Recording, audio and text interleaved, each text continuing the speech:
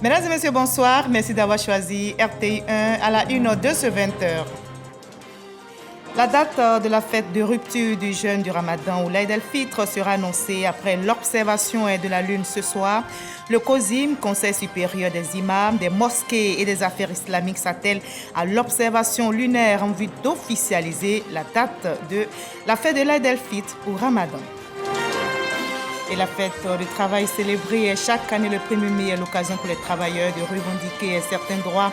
Nous irons à la découverte d'un non-voyant qui est travailleur. Il est menuisier. Il s'agit de Joël Sego Yapo, non-voyant depuis la naissance.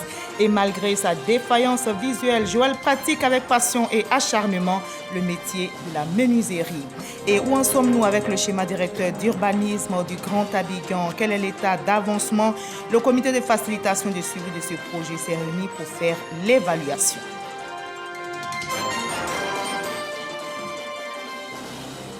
Au Soudan, la diplomatie reprend lentement ses droits après la libération de plusieurs prisonniers politiques. Cette semaine, une délégation de la Troïka, composée entre autres des pays de l'Union européenne, a rencontré la junte militaire et l'opposition civile à Khartoum. Elle appelle à la formation d'un gouvernement civil. Soyez les bienvenus sur RTI1. Ajoutez à notre rendez-vous culturel de samedi. Nous parlerons littérature aujourd'hui avec notre invitée, l'écrivaine ivoirienne Mawa S. Bakayoko. 10 ans d'écriture, 10 ouvrages. Le dernier né, Mansa Gurutabali, le roi qui ne voulait rien devoir à personne, mais il apprendra à ses dépens tant ses positions et ses convictions fondées sur l'orgueil ne résisteront pas face à l'amour, l'humilité, la solidarité. Et comme à ses habitudes, l'écrivaine ivoirienne, avec sa plume, nous fait voyager à travers le continent africain en nous abreuvant des us et coutumes. Bonsoir, Mawa S. Bakayoko. Bonsoir, Madame Goura. Mansa Gurutabali, je prononce bien, j'espère. Absolument, très bien dit. Et c'est votre 10e ouvrage qui marque aussi vos 10 ans d'écriture. Comme on le voit, presque chaque année, vous écrivez un livre.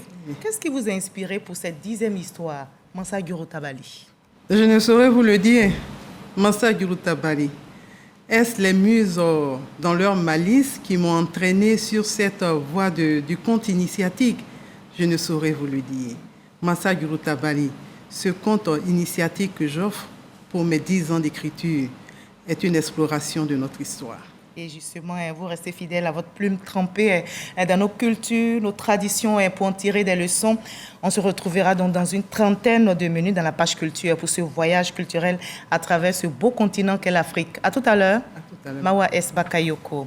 Vous restez pour le moment avec nous. Nous sommes tous dans l'attente d'une déclaration du COSIM. La date de la fête de rupture du jeûne du Ramadan ou l'Aïd el-Fitr sera annoncée après l'observation de la lune ce soir. Le COSIM, Conseil supérieur des imams, des mosquées et des affaires islamiques, s'attelle à l'observation lunaire en vue d'officialiser la date de la fête de l'Aïd el-Fitr ou Ramadan dans notre pays. Et pour cette fête de Ramadan, la maire de la commune d'Abobo, Kandia Camara, a offert aux populations des kits alimentaires, un acte de portée sociale apprécié par les populations, nous rapporte Patricia Omouitia. Ce don, composé de 315 cartons de kits alimentaires à la population d'Abobo, à la veille de la fête du Ramadan, a pour but d'aider les populations les plus démunies à passer de bonnes fêtes. Le maire de la commune d'Abobo a remis symboliquement ces kits alimentaires aux religieux, aux femmes et aux jeunes. Ce don qui nous va droit au cœur, et cela nous interpelle, cette citation du prophète Mohammed sallallahu alayhi wa sallam, en essai de traduction, le Seigneur des mondes ne cesse d'assister quelqu'un tant que cette personne elle-même assiste son prochain. C'est pour cela que nous sommes convaincus de l'assistance divine à votre endroit. Pour Kandia Camara, cet élan de solidarité rentre dans l'ambition du programme du président de la République, la Côte d'Ivoire solidaire. Nous sommes à la veille de la fête du travail. Pour toutes ces fêtes, le président a voulu encore une fois que nous puissions faire preuve de générosité à l'endroit des populations d'Abobo. Ainsi donc, Ce matin, nous avons le plaisir de remettre, au nom du président de la République, son Excellence M. Alassane Ouattara, des kits alimentaires constitués principalement de poulet. En principe, c'est un peu plus de 2500 poulets qui seront distribués à toutes les populations d'Abobo. En plus des kits alimentaires, des dons en numéraire ont été offerts aux différentes couches de la population de la commune d'Abobo. Et le mois de Ramadan, mois de jeûne, de dévotion, de privation, est aussi facteur de communion et de cohésion sociale. Nos reporters Serge Pakomdidi et Godefroy Kambawa ont sillonné quelques quartiers du district d'Abidjan. Et vous allez le voir, comment fidèles musulmans et chrétiens, faisant fi de leur appartenance religieuse et ethnique, communient ensemble, posent des gestes de solidarité, de fraternité, quand vient le moment de rompre le jeûne. Chauffeurs de bus, de taxis, des artisans exerçant dans les stations de lavage auto, dans des salons de coiffure, rompent le jeûne dans les rues pendant qu'ils sont en plein boulot.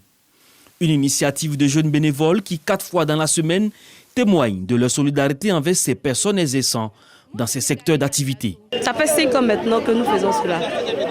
5e édition. On le fait pour aider toutes les personnes qui descendent du boulot, les étudiants, les passants qui n'ont pas la chance de pouvoir rompre le jeûne. C'est pour faciliter cela, pour prendre un petit bout, le temps d'arriver chez eux à la maison. C'est ouvert à tout le monde, c'est laïque, chrétien, musulman. Notre association n'a pas d'ethnie, elle n'a pas de bord politique, elle est ouverte à tout le monde. On est au volant, on est en train de travailler et puis ça considère que c'est à même moment qu'on doit couper le carême. Quand on nous donne ce genre de trucs, vraiment ça nous fait du bien. Et ils ont toute notre bénédiction. Des chrétiens également associés à ce moment de partage, comme c'est le cas avec cette riveraine qui salue à juste titre cette action. Chrétiens, musulmans, c'est même Dieu là. On est ensemble, on a la même chose. J'apprécie ce que vous avez fait, c'est le cas continuer comme ça. En tout cas, je vous dis merci. Rupture collective du jeûne, moment de partage propice pour poser des gestes symboliques de rapprochement, de cohésion sociale entre les peuples et communautés religieuses du pays. Ici à Trècheville, Maliens, Sénégalais, Guinéens et des Ivoiriens musulmans et non musulmans partagent ce moment. Nous avons organisé une rupture collective parce que le mois de carême, c'est un mois de partage. Ce partage est lié à l'unité de l'Afrique. À l'unité de l'Afrique, surtout la jeunesse africaine. Nous sommes chrétiens, ce que nous pensons de cette rupture collective, c'est ce que nous avons dit. Il est très important parce qu'avant d'être chrétien, avant d'être musulman, nous sommes d'abord africains. Donc c'est important que les Africains se retrouvent, peu importe la religion, se retrouvent, faire une rupture ensemble et puis s'adresser ensemble à Dieu. Ces actions témoignent encore une fois de l'unicité entre les peuples en Côte d'Ivoire. Cela en dehors des barrières religieuses et sociales. Chrétiens et musulmans invoquent Dieu donc pour la paix dans notre beau pays, la Côte d'Ivoire. Et justement, à la faveur de ce mois de Ramadan, le cardinal Koutoua, archevêque d'Abidjan, a adressé un message de vœux et de paix à la communauté musulmane. Il appelle au renforcement de la fraternité entre les différentes communautés. Message recueilli pour vous par Grace Kando. Jean-Pierre Cardinal Koutoua, archevêque métropolitain d'Abidjan, exprime sa grande estime et sa profonde amitié envers la communauté musulmane en cette fin du Ramadan. Durant ce saint mois, les fidèles catholiques, par diverses initiatives concrètes, vous ont assuré, par leurs prières et leur fraternité, leur proximité dans cette humanité commune qui nous relie en Dieu. Nous le savons tous, le respect mutuel est fondamental dans toute relation humaine, spécialement entre ceux qui professent une croyance religieuse. Ce n'est qu'ainsi que peut croître une amitié durable et sincère. Selon le cardinal Jean-Pierre Koutoua, l'Aïd el-Fitr est l'occasion de rappeler les liens de fraternité entre chrétiens et musulmans. Puisse cette fête nous rappeler que toutes et tous, sœurs et frères, nous faisons partie de la même famille humaine, qu'elle nous incite à vivre davantage cette fraternité au quotidien, chacun là où il est, avec toutes celles et tous ceux qu'il ou elle côtoie. Pour Jean-Pierre Cardinal Coutois, il est bon d'intensifier le dialogue entre les différentes religions. C'est une recommandation du pape François lors d'une rencontre en 2013 avec le corps diplomatique accrédité au Saint-Siège. Et notez que les travailleurs dans le monde seront célébrés demain dimanche 1er mai. C'est la fête du travail. Et en Côte d'Ivoire, la célébration de cette fête du travail sera déterminée en fonction de la fête du Ramadan. La tradition en cette journée, vous le savez, est d'offrir un brin de muguet, cette fleur à clochette hautement symbolique. La fête du travail célébrée chaque année est donc l'occasion pour tous les travailleurs de revendiquer certains droits. C'est aussi une belle occasion pour célébrer les personnes qui se démarquent par leur abnégation et leur persévérance au travail. C'est le cas de Joël Sego-Yapo, non-voyant depuis la naissance. Malgré cette défaillance visuelle, Joël pratique, vous allez le voir, avec passion et acharnement le métier de la menuiserie. Il manie avec dextérité les instruments de l'ébénisterie avec autant d'habileté, nous disent nos reporters Ali Diomandé et Jama Gagui qui l'ont rencontré. Ils ont été séduits. C'est sous cet arbre, situé dans le quartier de la Riviera Bonoumin à Cocody, que Joël, non-voyant depuis la naissance, exerce son métier de menuisier ébéniste. Ce matin, il s'attelle à la fabrication d'un panneau battant de paillasson de cuisine.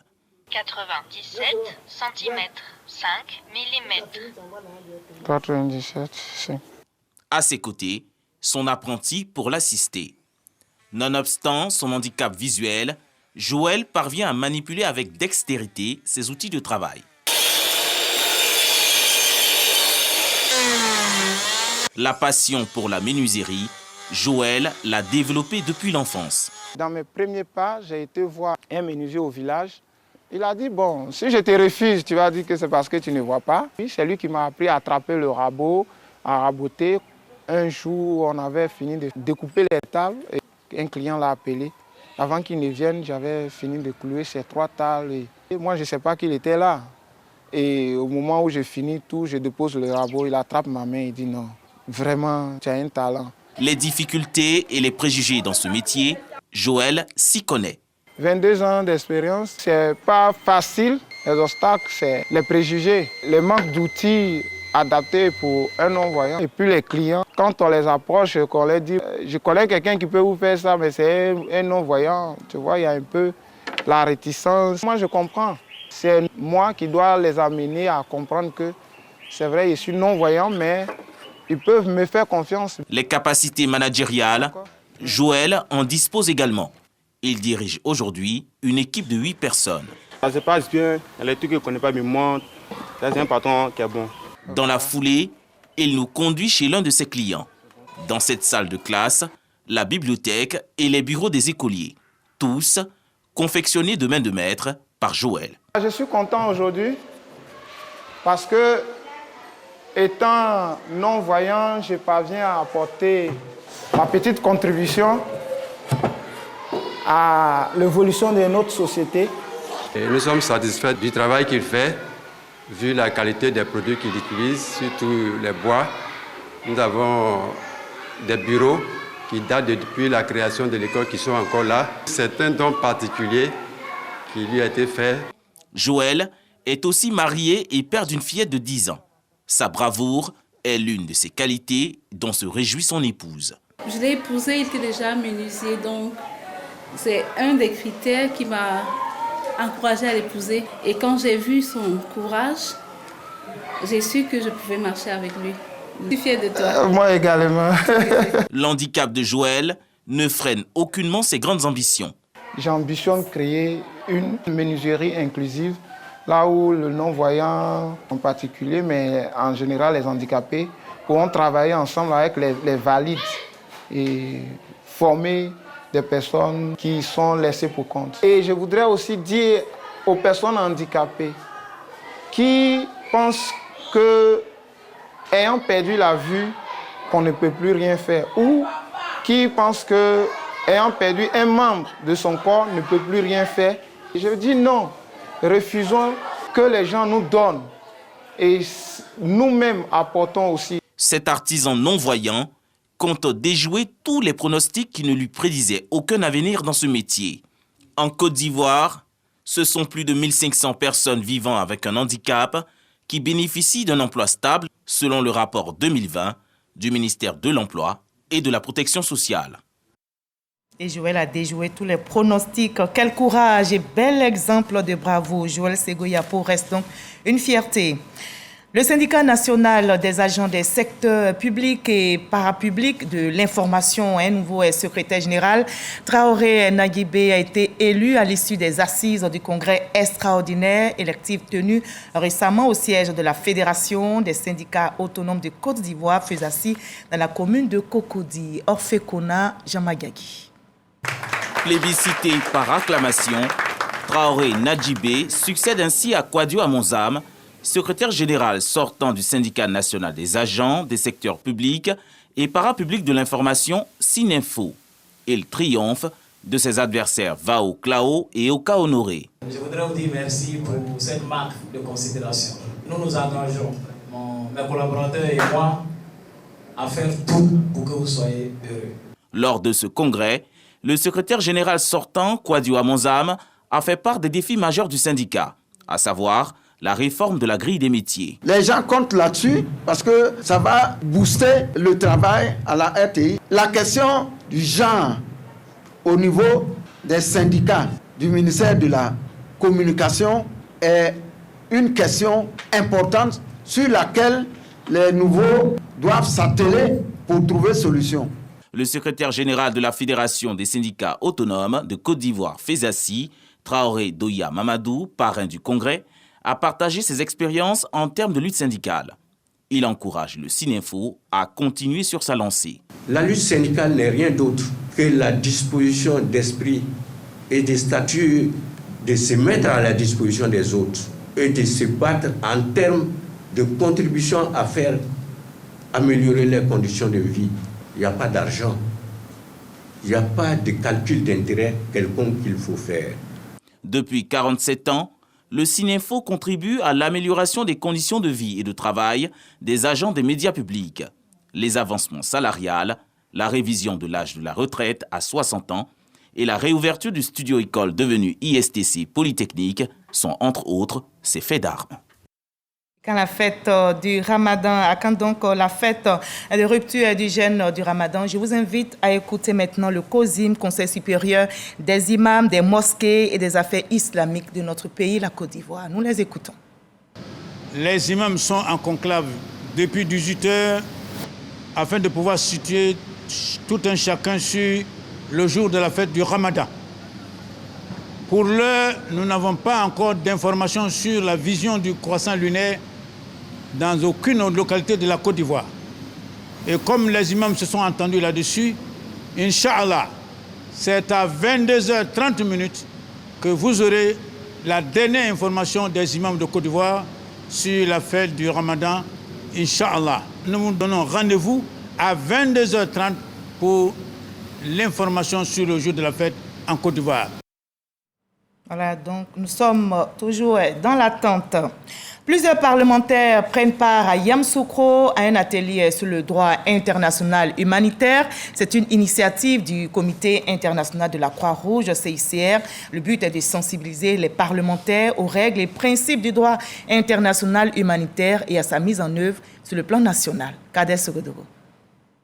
Le droit international humanitaire DIH comporte un ensemble d'instruments établissant des règles visant à limiter les effets des conflits armés. Il protège les personnes, les biens et fixe des limites aux méthodes et moyens de combat. Dans le cadre de sa mise en œuvre au plan national, le Comité international de la Croix-Rouge CICR Côte d'Ivoire outille sénateurs et députés au DIH.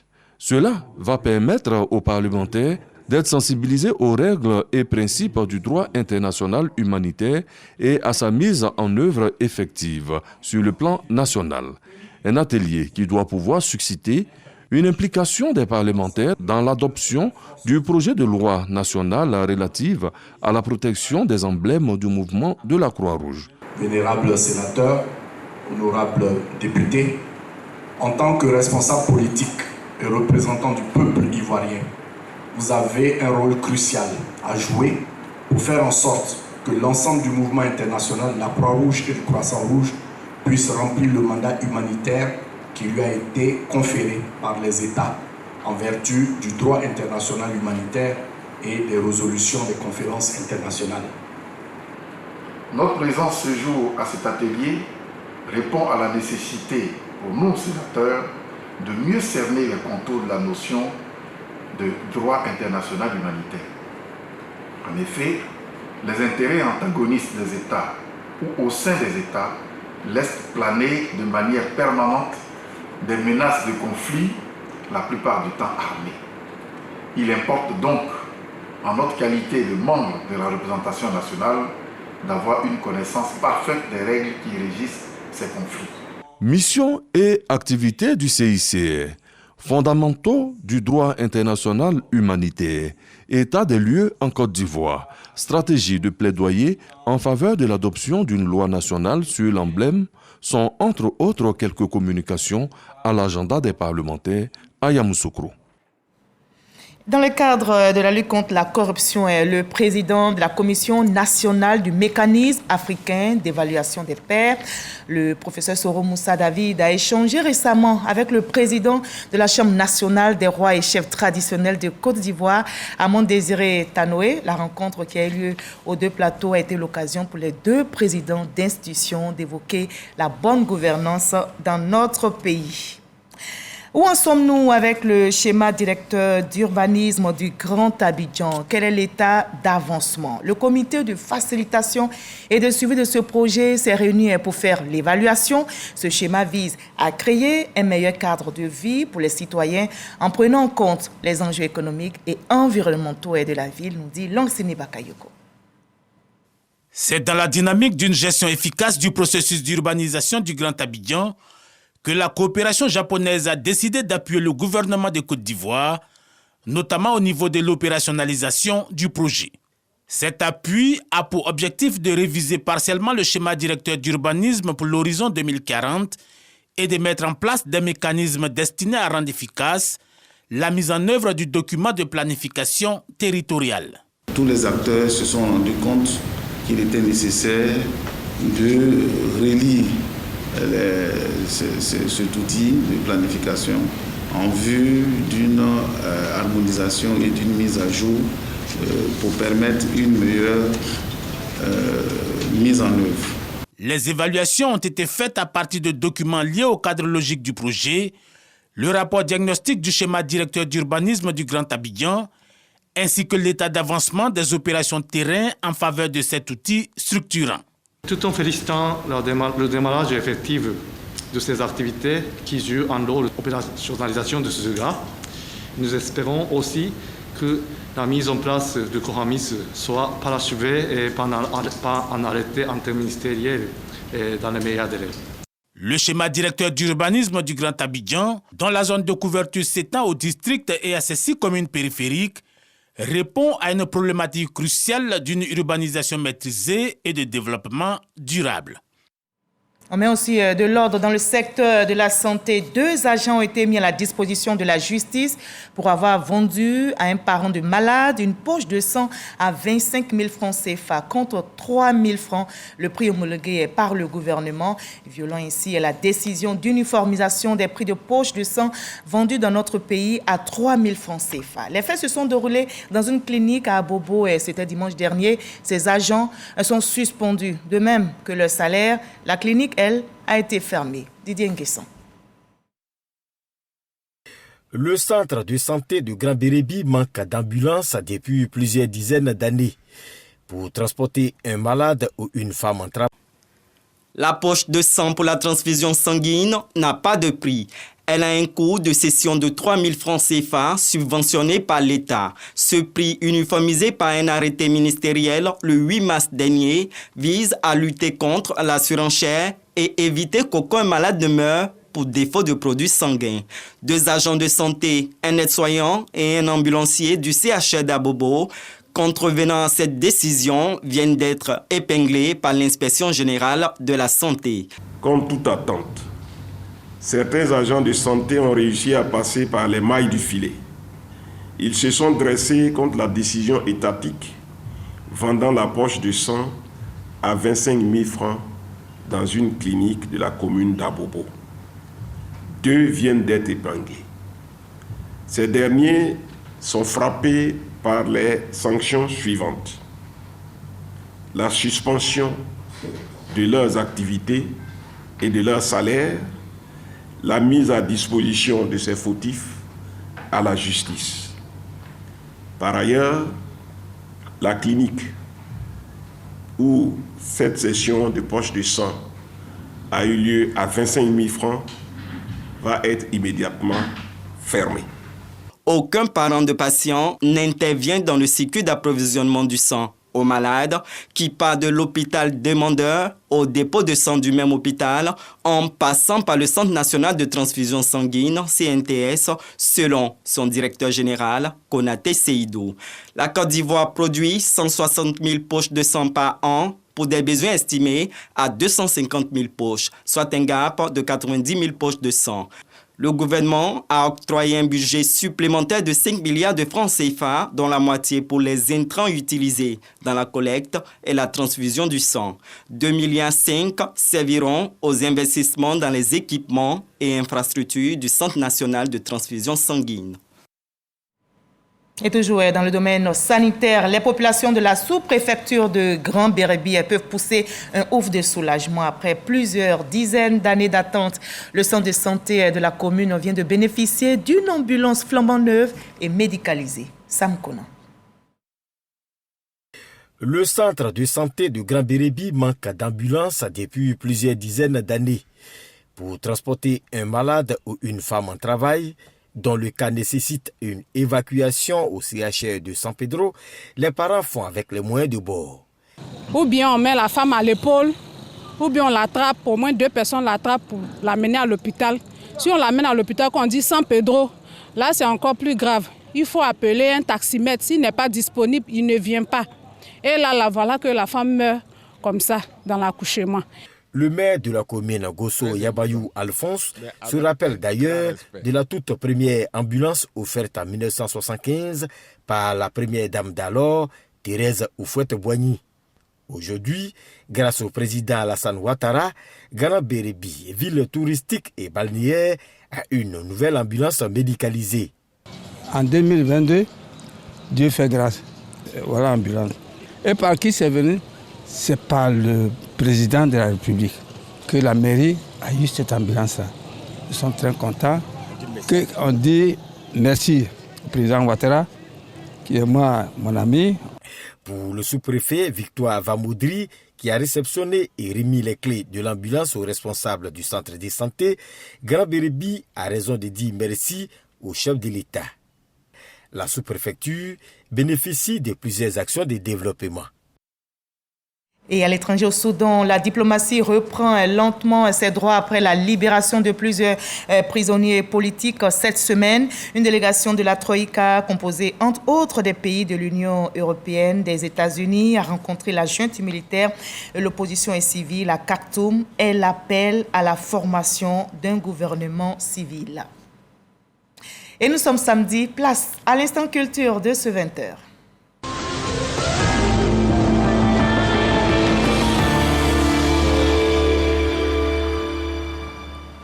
On en arrive à l'entretien avec notre invité de la page culture, Mawa S. Bakayoko, qui vient de publier Mansa Yorutabali, le roi qui ne voulait rien devoir à personne. Je vous retrouve avec plaisir, Mawa S. Bakayoko. Absolument. Vous venez de publier Mansa Yorutabali. C'est un nom malinqué. Dites-nous. Et vous le prononcez tellement bien. Merci, mais il faut qu'on sache la signification en français. En effet, Yorutabali veut dire le roi qui ne voulait rien devoir à personne, je dirais trivialement, qui ne voulait pas prendre de crédit. D'accord. Le jeune écrivain Seydou Gounia, qui a préfacé votre ouvrage, vous qualifie d'auteur prolixe. On peut le dire ainsi. Parce que vous publiez chaque année Tout Au à moins fait. un livre. Chaque année, on a 10 ans d'écriture, on a 10 livres. On pourrait le dire ainsi. Mais c'est surtout cette passion de partage, un besoin de partage d'écriture. Au-delà des 10 œuvres, je suis tout le temps en train d'écrire. Et ce partage, je le fais de manière quotidienne sur mes pages, sur mes blogs. Et vous êtes encore en train d'écrire? Absolument, j'ai encore l'envie de continuer. Le 10e ouvrage, ce sera donc pour bientôt. Alors, le 11e, on pourra le dire. Tout à fait. Mansa Gurutabali, c'est votre 10e ouvrage qui, comme ça, vous l'avez dit, vos 10 ans d'écriture. Nous allons voir le résumé qu'en fait Franck Wadio et puis on en reparle tout juste après. Mansa, le roi. Gurutabali, traduction: Mansa, le grand roi qui n'aimait pas contracter de dettes ou de crédit, ou encore le roi qui ne voulait rien devoir à personne. Certitude, prétention et valeurs fondées sur du vent. C'est ce qu'on découvre après s'être abreuvé des pages de cette œuvre qui nous présente un roi déchu laminé par les larves de son propre orgueil et à contrario des personnages comparses porteurs de vérité tels Mansa Nyalikaba, Nasira entre autres. L'auteur de ce récit qui mêle épique et lyrisme est Mawa Bakayoko, romancière et nouvelliste reconnue pour son enracinement culturel multiforme. L'épouse de diplomate qu'elle est s'est imposée cette démarche pour ne pas perdre pied avec ses racines. Elle qui a longtemps, loin du continent, vogué et qui totalise aujourd'hui une dizaine d'années d'expérience d'écrivaine. Cette œuvre comporte 164 pages en 6 chapitres préfacés par Seydou Gougnan, lauréat 2018 du prix national Bernard Dadier. Mansa Gurutabali est une redécouverte du passé glorieux de l'Empire du Mali fondé par Sundiata Keita au XIIIe siècle, un ouvrage qui interpelle sur la fragilité de la notion de nation qui n'existe que par la réalité des valeurs qu'il incarne. Toute une philosophie que notre auteur entend décortiquer ce soir. Et nous sommes ensemble pour décortiquer Mansa Gurutabali, ce roi qui ne voulait rien devoir à personne. Alors dites-nous, Mawa S. Bakayoko, d'où tirait-il ses convictions? Sur quoi les fondait-il? Il l'a dit tout à l'heure, cette conviction, la vie vous donne généralement, je dirais, les cordes à défaire, les nœuds à défaire.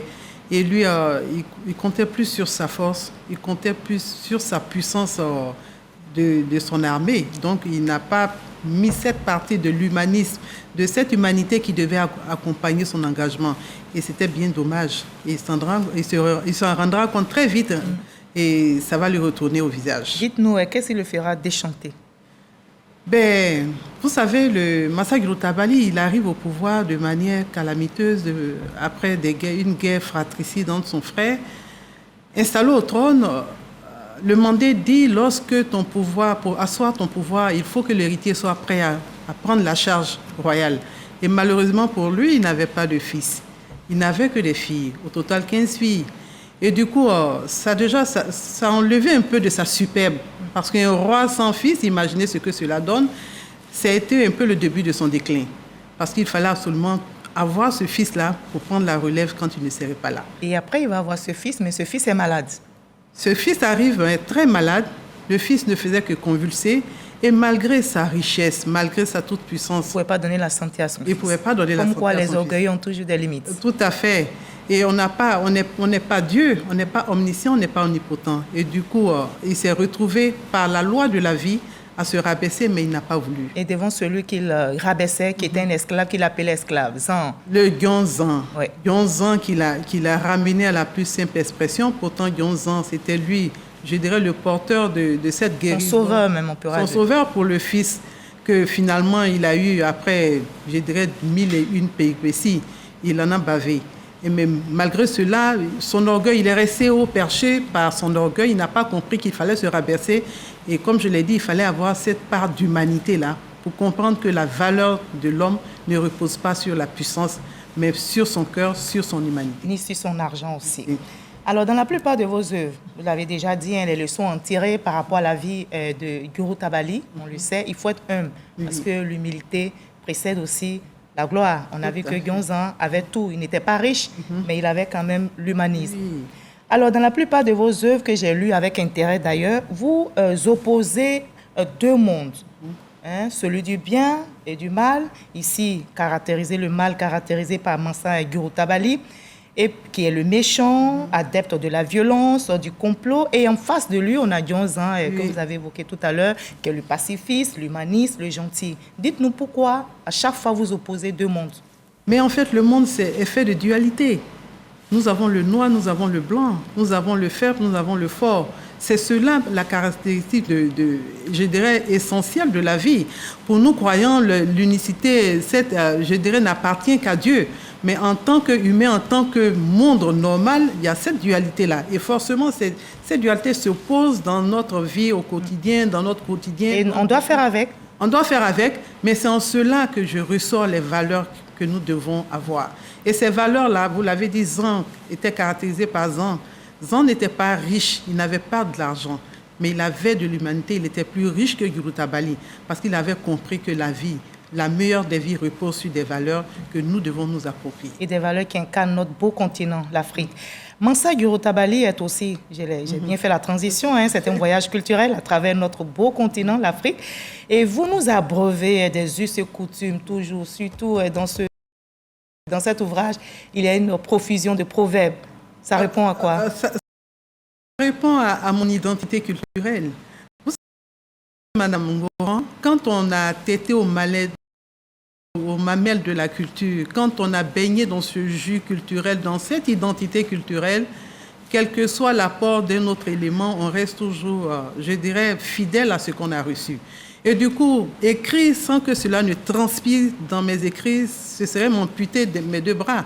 Et donc, pour moi, il est essentiel que cela ressorte parce que je me considère... Malgré toutes ces années passées à l'extérieur de votre pays, tout à fait. Vous êtes épouse de diplomate. Tout à fait. Il est financier. On va faire un peu la rectification. Il est financier. Alors, qui a vécu la plupart du temps à l'extérieur. À l'extérieur. Alors, donc, l'intellectuel que je suis, j'ai mes deux pieds bien en place dans la tradition, mais la tête, je dirais, dans le modernisme.